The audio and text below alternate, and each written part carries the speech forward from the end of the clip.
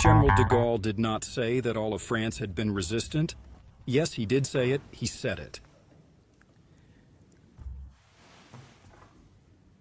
In this anniversary year of the liberation and the end of the German occupation of the national territory, History Explore offers you various thematic videos dedicated to World War II in order to discover together and open the debate.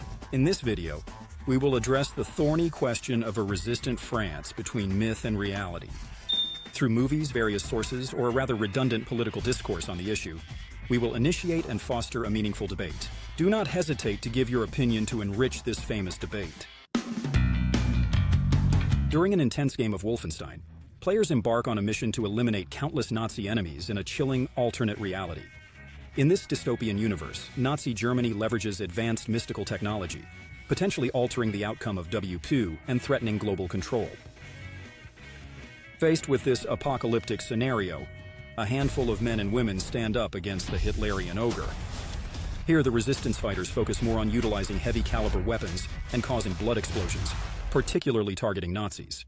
Resistance takes on various shapes and expressions, as exemplified by the intricate dynamics in France during the Second World War. Primarily, such forms of resistance often manifest subtly, evading direct and violent clashes with the overwhelming might of a military invader. However, in popular imagination, the image of the resistant remains, armed and sabotaging railway lines with explosives, united in a shared fight against the occupier.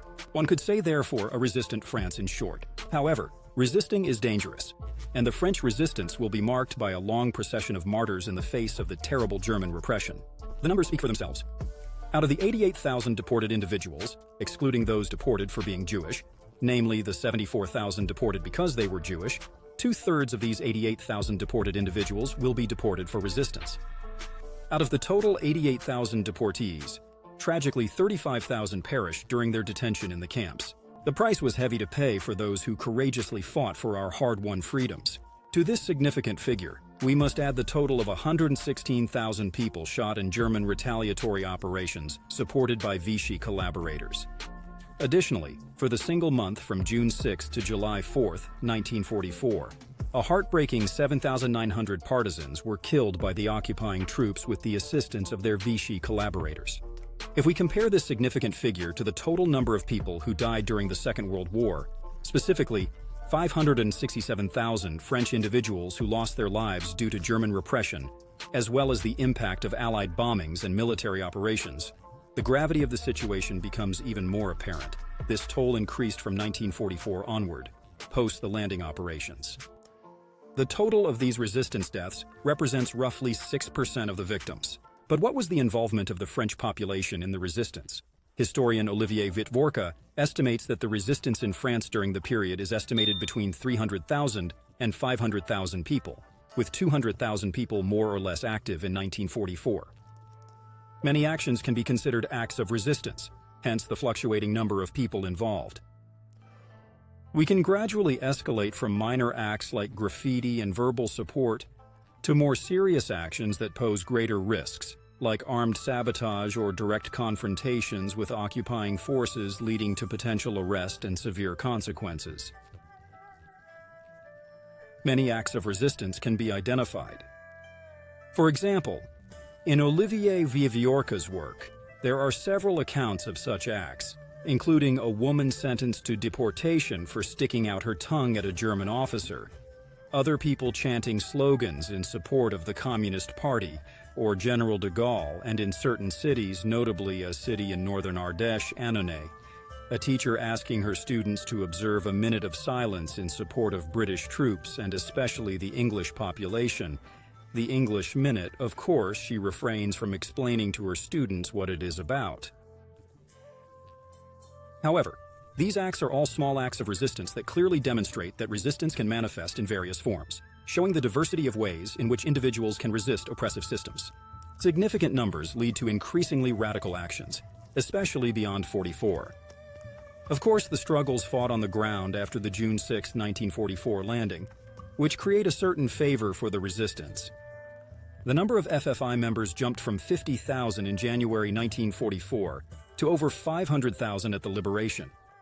At that figure, we can also add cities that revolt and become free cities, such as the good old town of Annonay in northern Ardèche, which is one of the first cities liberated by its own resistance fighters from June 6, 44 to June 17, 44, where it will be retaken by the Germans with the threat of being destroyed if the Germans were to return a second time, as unfortunately will be experienced by martyr cities and villages in France in 1944. Indeed, the uprising of these cities that become ephemeral republics like the one in Annonay, or also the Parisian insurrection in August 44th, leave a lasting mark in history. These acts should not overshadow the minority who bravely operated during the war, facing death yet valiantly sacrificing their lives for a cause they held dear, the honor they cherished above all else. France's united resistance in the post-war period was a myth. Shared by both the Gaullist movement and the Communist Party, this enduring myth has a lasting impact, especially these two pivotal movements that will carry and dominate the memories of the dark years, articulating a strategy that seeks to heroize the courageous resistance fighters and honor their martyrs, while concurrently working towards national reconciliation and readiness for a potential assumption of authority. Several sources demonstrate that support for the resistance fluctuates depending on the period. Pétain was widely sympathized with until 1944. In April 1944, Marshal Pétain received a warm welcome in Saint-Étienne with a large cheering crowd. 2 months later, the American landing drastically altered the situation. According to Pierre Laborie, the daily struggles of feeding oneself, finding shelter, and surviving are truly at the heart of people's concerns. The fear of repression and the possibility of civil war also loom large, adding to the weight on their minds. This explains the fluctuating figure of engagement in the resistance until 1944. Indeed, in 1944, thanks to the study of postal control monitoring the various written exchanges of the French, only 20% of the letters are in favor of the maquis. That is to say, these areas where resistance fighters or people wanting to join the resistance take refuge, and therefore the resistance is ultimately far from achieving unanimity. This myth of a completely resistant France is carried post-war by cultural elements, resistance stories, political discourse, and also the presence of films that will have a great influence on the construction of a completely resistant France. Among these films, one can think of The Battle of the Rails from 1946 or Is Paris Burning from 1966, which presents a beautiful unity reduced to a Gallo-communist connection to ultimately deliver the City of Light, eliminating all other non-Gaullist and non-communist resistance movements from the fight. Moreover, director René Clément in Paris Brûle-t-il, in order to satisfy the two major political poles dominating France in the 60s, will not hesitate to sideline key figures of the Battle of Paris, due in part to the context in which the film takes place. We are reaching the conclusion of the Algerian War, where individuals who backed French Algeria will face exclusion despite their involvement in resistance activities.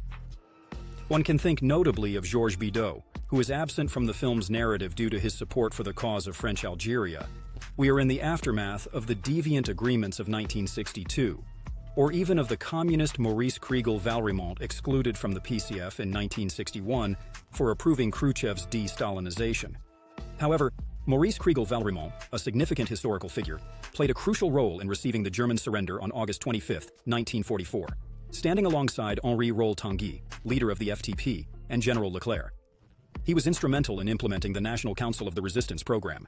Unfortunately, he will be omitted from the film, depriving viewers of his important contributions to that period of history. One can also think of one of the biggest box office successes in French cinema, released the same year as Paris Brûle-t-il, La Grande Vadrouille by Gérard Houry with Louis de Funès and Bourvil. In this film, which follows the journey of two socially opposed Frenchmen who will become resistance fighters despite themselves, under the beards and spiked helmets of the Germans, they will try to reach the Free Zone under French authority. The Free Zone will remain so until November 11, 1942, from the date on which the Germans will invade the Southern Zone in response to the American landing in North Africa, putting an end to the image of a possible French sovereignty against the Germans promoted by Marshal Pétain, even though the Vichy regime will remain until 1944. Indeed, this film allows to smooth out a post-war narrative on a dark period. The policy of active collaboration of the French state under Marshal Pétain with Nazi Germany, from the Montoire agreements in October 40th, where Pétain shakes hands with Hitler and engages France on the path of collaboration with Germany in economic, political terms, especially in the repressive field, against the resistance fighters and other undesirables, whether they are Jews or foreigners. Thus, 25% of the Jews living in France will be deported, and only 2,500 will return alive. There was also the implementation of an economic support policy for the German war effort, including the sending of French workers through the practice of relief in 1940. Due to its lack of success, the STO was introduced in 1943, enforcing compulsory labor service. This led to a growing number of French people starting to doubt the Vichy regime and its double discourse. Many French individuals faced with the Germans viewed this as a resilience against the widespread looting of France. The Germans were able to occupy France and benefit from a legalistic regime in place, which further facilitated their looting operations. However, the myth structure began to fracture during the 1970s, with historians showing political collusion between Vichy and Germany. One can think notably of Henri Michel in France, who denounces the collusions between the Vichy regime and Germany, also questioning the image of Pétain as a shield protecting the French against de Gaulle, who would have been the offensive counterpart by the sword, implying that there was a collision between the two. This speech is delivered by Robert Aron, notably in his book, The Shield and the Sword. Other historians will also emphasize the role of Vichy France in collusion with Germany, like Robert Paxton, who in 1973 in his book, Vichy France, meticulously used German sources to demonstrate the policies and reality of the Pétain regime. Paxton's meticulous research shed light on the entanglement of Vichy France with Nazi Germany, providing a deeper understanding of the regime's actions and motivations. Other narratives emerge, counterbalancing this Gallo-communist myth through non-Gaullist or communist resistance movements. Cinema also questions itself. One can think of the documentary The Sorrow and the Pity by Marcel Aufouls, which in 1971, despite the censorship on French television of his work, chronicles a city, Clermont-Ferrand, which during the war will fluctuate between forms of passivity, support for the regimes of Marshal Pétain, and even collaborating with the Germans. Other films demonstrate this French ambivalence. One can also think of the film La Combe Lucien in 1974 by Louis Malle, which tells the story of a young Frenchman, rejected by the resistance and who will eventually join the militia. But nowadays, one can be surprised that this myth of a united France in a resistance struggle is still carried by a political discourse seeking to sometimes smooth over its rough edges, such as the Vichy regime, a significant rough edge, by the way.